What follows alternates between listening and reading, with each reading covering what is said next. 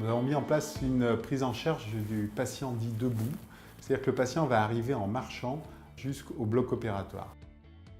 L'objectif est à la fois de démystifier l'acte chirurgical, que le patient arrive moins stressé, qu'il soit moins médiqué, moins médicalisé, pour avoir des suites post-opératoires beaucoup plus simples. Il va arriver à peu près 1 heure avant l'intervention. Il a eu l'appel de la veille qui vérifie évidemment que tous les éléments sont bien organisés, la checklist, on va vérifier point par point qu'il a tous ses examens, radiographie, biologie, etc.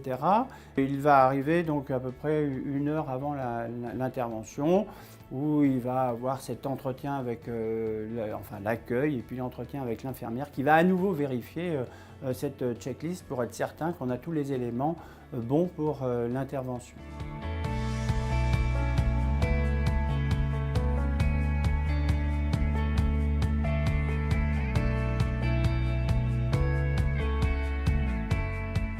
Les bénéfices de cette prise en charge, ils sont multiples. Ils sont premièrement de mieux connaître ce que l'on va avoir. C'est-à-dire que le patient, on dit qu'il devient acteur de son soin, c'est certain qu'il devient acteur, mais quelque part on lui donne beaucoup plus d'informations, d'éléments qui vont l'aider à accepter le fait qu'il perde un peu d'autonomie à un moment donné, qu'il ait un peu des douleurs et qu'il passe par une phase un peu descendante avant de reprendre sa fonction.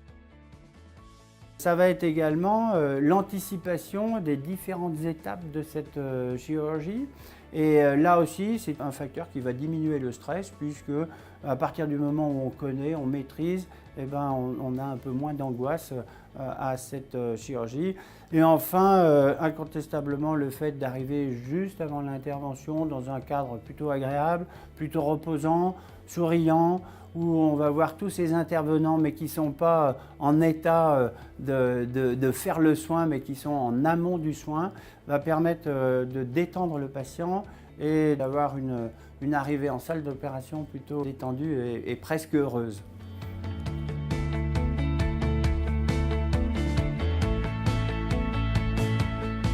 On favorise le plus possible dans cet établissement le retour à domicile très rapidement, dans de bonnes conditions de sécurité et dans de bonnes conditions de confort.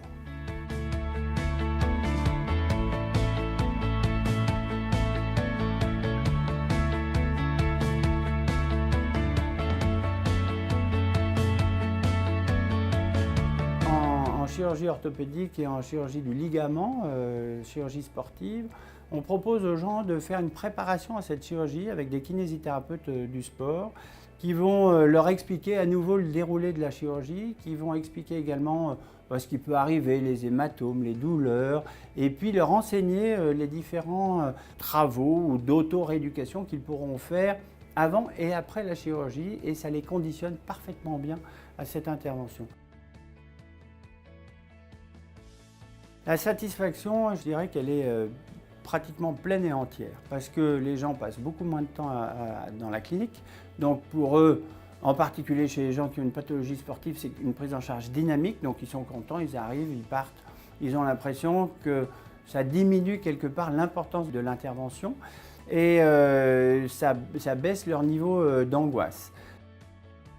Au final, ils sont, je disais, presque heureux de se faire opérer. Ils sont heureux, en tout cas, de quitter la clinique dans ces bonnes conditions. Alors, les avantages sont multiples, c'est qu'on n'a pas de prémédication, donc le patient sera réveillé beaucoup plus rapidement, beaucoup plus facilement, puisqu'il ne recevra pas de drogues qui vont l'endormir pendant longtemps.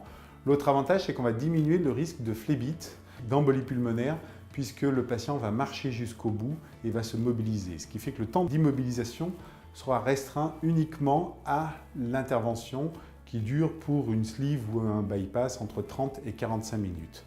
Ce qui nous permet de fait de ne pas être obligé de décoaguler les patients après, puisque l'intervention est courte et ils se remobilisent très rapidement.